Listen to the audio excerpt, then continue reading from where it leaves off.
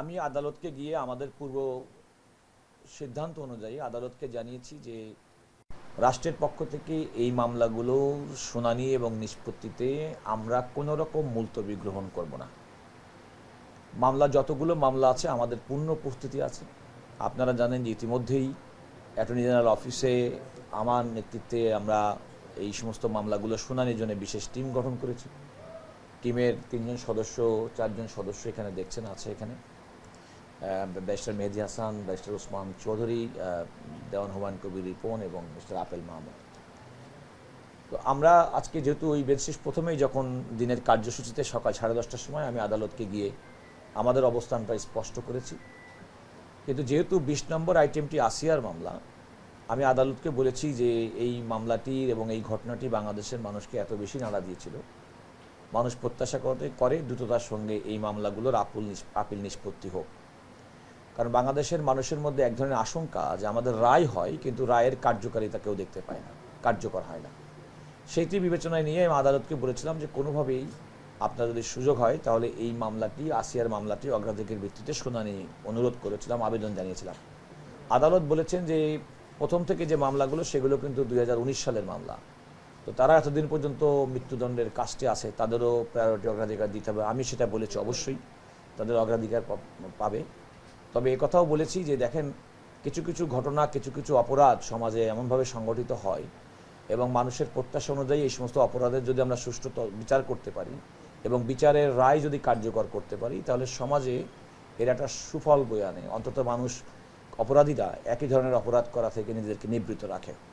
সেই বিবেচনায় আদালতকে বলেছি, আদালত বলেছে আপনার আবেদন এবং আপনার প্রেয়ার আমরা বিবেচনায় রাখব। এবং সেই কোর্টে মামলা শুনানির জন্য আমাদের যে লিগ্যাল টিম, সেই টিম সেখানে ডিপ্লয়েড আছে এবং তারা প্রথম থেকে মামলা শুনানি করার জন্য 20 পর্যন্ত, যে আসিয়া পর্যন্ত প্রত্যেকটি মামলা শুনানি করার জন্য তাদের প্রস্তুতি রয়েছে। আমাদের আজকে জানেন যে রামিসা অতি সাম্প্রতিক যে ঘটনা, রামিসা হত্যা মামলার যে মৃত্যুদণ্ডপ্রাপ্ত 2 জন আসামি, তারা আইন অনুযায়ী তারা জেল আপিল করেছেন, অর্থাৎ কারাগারের রক্ষকের কারা তত্ত্বাবধায়কের মাধ্যমে সুপ্রিম কোর্টের হাইকোর্ট বিভাগে তারা আপিল দায়ের করেছেন, যেটাকে আমরা জেল আপিল বলি।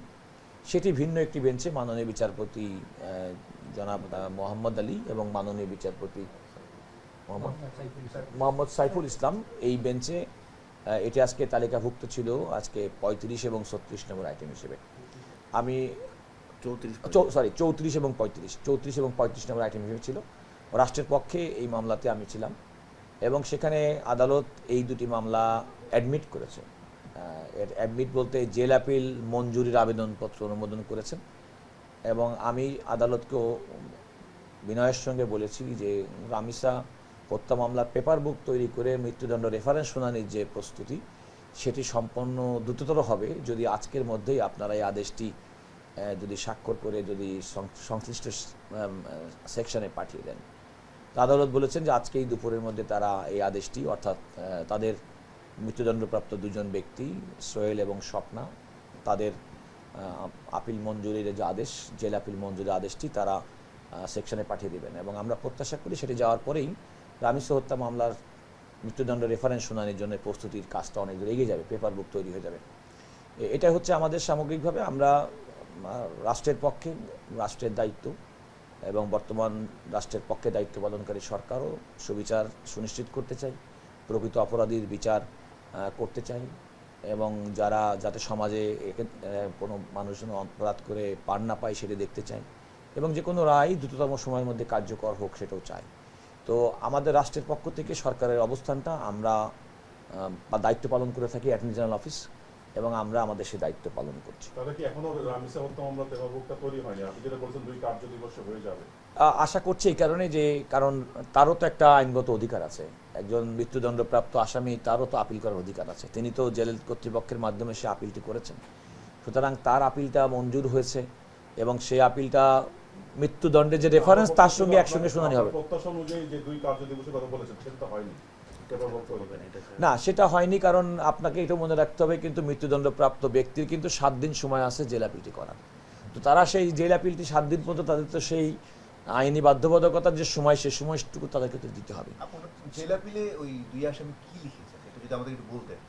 আসলে আমি জেল আপিলে মূল দণ্ডপ্রাপ্ত আসামি সে আপিলের গ্রাউন্ড হিসেবে বলেছে যে আমি আর্থিকভাবে অসচ্ছল, আমি অটোরিকশা গ্যারেজে মিস্ত্রির কাজ করতাম, আমি নিয়মিত ইয়াবা মাদকাসক্ত ছিলাম, আমি মাদকাসক্ত নেশাগ্রস্ত হওয়ায় কারণে পরিবারে প্রায় ঝগড়া বিবাদ লেগেই থাকতো। ইতিপূর্বে আমি কোনো অপরাধে জড়িত ছিলাম না। পত্র মামলার ভিকটিমের সাথে যে ঘটনা ঘটেছে তা মাদকাসক্ত ও নেশাগ্রস্ত অবস্থায় হয়েছে। আমার আর্থিক অভাব, পারিবারিক অশান্তি, মাদকাসক্ত ও নেশাগ্রস্ত হওয়ার কারণে ঘটনাটি সম্পূর্ণ অনিচ্ছাকৃত অবচেতনভাবে হয়েছে। কিভাবে যে ঘটনাটি ঘটেছে আমি বুঝতে পারি নাই। আমার একটিমাত্র ছেলের পড়াশুনো খরচ ও পরিবারের ভরণ পোষণ করার মতো কেউ নাই। আমি ভুল করেছি, আমি ক্ষমা চাই।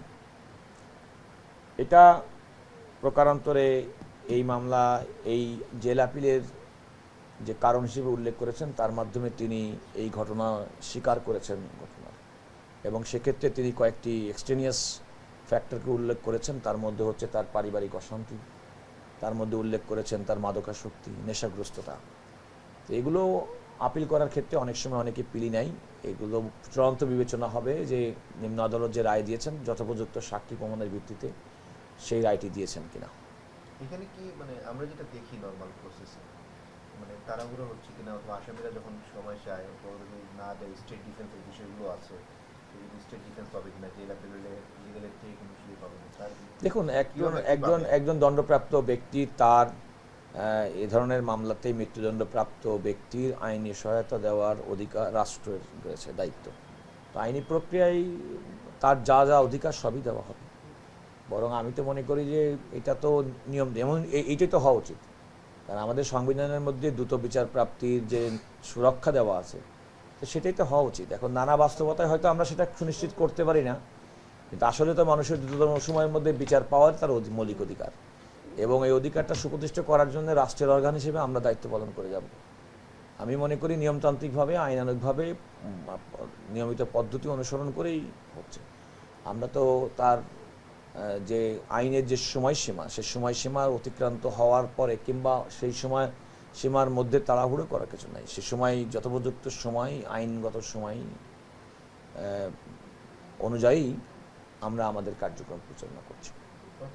আরেকটি কথা আমার মনে হয় সুস্পষ্ট করে বলা দরকার, যে দেখেন, আমরা রাষ্ট্রের পক্ষ থেকে যে কোনো মামলার যতটুকু সিরিয়াস হওয়া দরকার ততটুকু আমরা সিরিয়াসনেস আমরা দেখাবো। এবং আমি প্রথম থেকে যে কথা বলছি, আমাদের কাছে প্রত্যেকটি মামলা গুরুত্বপূর্ণ, এবং প্রত্যেকটি মামলায় রাষ্ট্রকে প্রতিনিধিত্ব করার জন্য আমাদের সর্বোচ্চ সিরিয়াসনেস থাকবে। গুরুত্ব দিতে মানে আগের মামলাগুলো যেন সমান, সকল আসামি যেন সমান ইয়ে পায়। আমি তো সেটাই বলেছি, আমি সেটাও বলেছি, আদালতও বলেছেন যে দেখেন, যে সমস্ত ব্যক্তিরা দীর্ঘদিন ধরে মৃত্যুদণ্ডের প্রকোষ্ঠে রয়েছেন তাদেরও তো দীর্ঘদিন পর্যন্ত দেখতে পারে। কারণ একটা মানুষের যখন কোনো কারণে মৃত্যুদণ্ড হয়, তাহলে তখন তো সেই মৃত্যুদণ্ডের আসামিকে মৃত্যুদণ্ডের কাস্টে থাকতে হয়। তো এরকম একটা সময় থেকে যত তাড়াতাড়ি নিষ্পত্তি হবে তত তাড়াতাড়ি হয় তার একটা চূড়ান্ত নিষ্পত্তি হবে, নাহলে তিনি খালাস হবেন। আইনের দুইটাই তো বিধান। তো সেটা আদালত তো ঠিকই বলেছে, এবং আমি নিজেও তা মনে করি যে প্রত্যেকটা ব্যক্তিরই তার সমান আইনি অধিকার পাওয়ার অধিকার রয়েছে, দ্রুত বিচার প্রাপ্তির অধিকার রয়েছে, এবং এটা সবার ক্ষেত্রে প্রযোজ্য।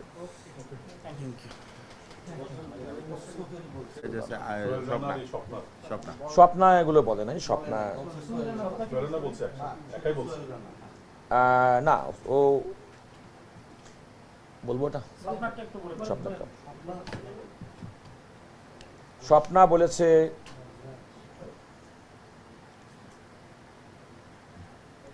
স্বপ্না তার জেল আপিলের গ্রাউন্ড হিসেবে বলেছে, সংশ্লিষ্ট মামলার ঘটনার সাথে আমি কোনোরূপ জড়িত নেই। আমাকে এই মামলার ঘটনার সাথে অন্যায়ভাবে জড়ানো হয়েছে, বিধায় আমি মহামান্য উচ্চ আদালতের নিকট এটা খালাসের আবেদন জানাই ও জেল আপিলের আবেদন জানাচ্ছি।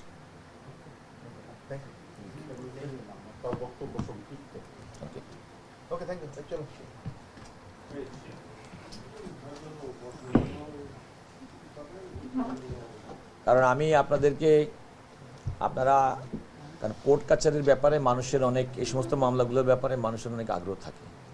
তো অনেক সময় ভাইব বেশি, নেগেটিভ ভাইব মানুষের বেশি। না, সেই কারণে আমি বলছি যে মানুষের অনেক সময় এগুলো সম্পর্কে আর আদালতের রিপোর্টিংয়ে আপনাদেরকে আমি সবসময় বলে থাকি যে কোনো কারণে 19-20 হয়ে গেলে, কথার 19-20 হয়ে গেলে এর একটা নেগেটিভ, যদিও অনেকে পজিটিভ জিনিসটাকে অনেক সময় নেগেটিভলি দেখেন, কিন্তু আমরা স্বচ্ছতায়ও বিশ্বাস করি। কারণ আদালতে তো সারা দেশের মানুষের হয়তো আগ্রহ থাকবে, কিন্তু আদালতের ভিতরে কি হচ্ছে না হচ্ছে তাদের তো এই অ্যাক্সেস তো অনেকের নাই। সো মিডিয়া সেক্ষেত্রে অগ্রণী ভূমিকা পালন করে থাকে, তাদের সঠিক সংবাদটি প্রচার করে। আর এখনো পর্যন্ত এই মামলাতে তো রাষ্ট্রের পক্ষে আমরাই আছি, অন্য কোনো আইনজীবী কিংবা অন্য তো কেউ নাই। সুতরাং আমাদেরও দায়িত্ব প্রকৃতপক্ষে কি আদালতের কি অবজারভেশন, কোর্টে কি প্রক্রিয়াগতভাবে আমরা এগোচ্ছি, আমরা স্বচ্ছভাবে এগিয়ে যেতে চাই, যাতে মানুষের মধ্যে কোনো রকম কনফিউশন না থাকে, এই বিচারিক প্রক্রিয়া নিয়ে কারো মনে প্রশ্ন না থাকে, এবং প্রত্যেকটা মানুষ তার অধিকার যেন পায়, আইনগত যে সুবিধা সে সুবিধা যেন পায়, কোনো কারণে বঞ্চিত না হয়, কেউ অন্যায় শিকার না হয়। বা রাষ্ট্রেরও দায়িত্ব কোনো প্রকৃতপক্ষে অপরাধী তিনি যেন ছাড় না পেয়ে যান, এটা রাষ্ট্রের দায়িত্ব। অপরাধীর বিচার করা এবং তার শাস্তি দেওয়া এটা রাষ্ট্রের দায়িত্ব। আবার নিরপরাধ ব্যক্তি যেন কোনো কারণে অন্যায়ের শিকার না হয়, অন্যায় বিচারের শিকার, জুলুমের শিকার না হয়, সেটাও সুনিশ্চিত করা রাষ্ট্রের দায়িত্ব। এই সব দিক বিবেচনা করেই আমরা এই মামলাটি আমরা ওপেনলি আইনি কাঠামোর মধ্যে এই মামলার রেফারেন্স আপিল নিষ্পত্তি করার জন্য আমরা চেষ্টা করি। একটা প্রশ্ন, আমরা দেখেছি কোনো নারীর এখন পর্যন্ত ফাঁসি কার্যকরের রেকর্ড কিন্তু বাংলাদেশে তেমন একটা দেখা যায় না, এবং এখন পর্যন্ত নেই সম্ভবত। এই যে সবটারও কিন্তু ফাঁসির রায় হয়েছে, এই ক্ষেত্রে আসলে না, আমি তো মামলার রায় এবং ভবিষ্যৎ নিয়ে কোনো মন্তব্য করব না। আমি শুধুমাত্র আপনারা কোনো প্রশ্ন করলে যতটুকু আদালতে হয়েছে ততটুকুই আপনাদেরকে বলবো। আপনারা নিজেরা সেখানে উপস্থিত ছিলেন, সুতরাং আদালতে আজকে তো আপনারা অনেকেই আদালতের উপস্থিত ছিলেন। আমি আদালতকে কি বলেছি, আদালতের সঙ্গে কি কনভারসেশন হয়েছে, আমরা কি প্রক্রিয়াগত হবে, আপনি যেটা বলছেন সেটা হচ্ছে মেরিট অফ দ্য কেস। এ ব্যাপারে কোনো মন্তব্য করার সুযোগ আমার নেই, কারণ আমি কিন্তু এটা মনে রাখতে হবে আমি কিন্তু প্রসিকিউটর। সুতরাং আমি রাষ্ট্রের পক্ষে আমারই দায়িত্ব এই মামলা পরিচালনা করা। সুতরাং আমি কোনো মন্তব্য করব না। সাক্ষ্য প্রমাণ এভিডেন্সের উপর ভিত্তি করে নিম্ন আদালত যে রায় দিয়েছে সেই রায়ের যথাযথতা তুলে ধরাই আমাদের প্রসিকিউশন টিমের মূল কাজ।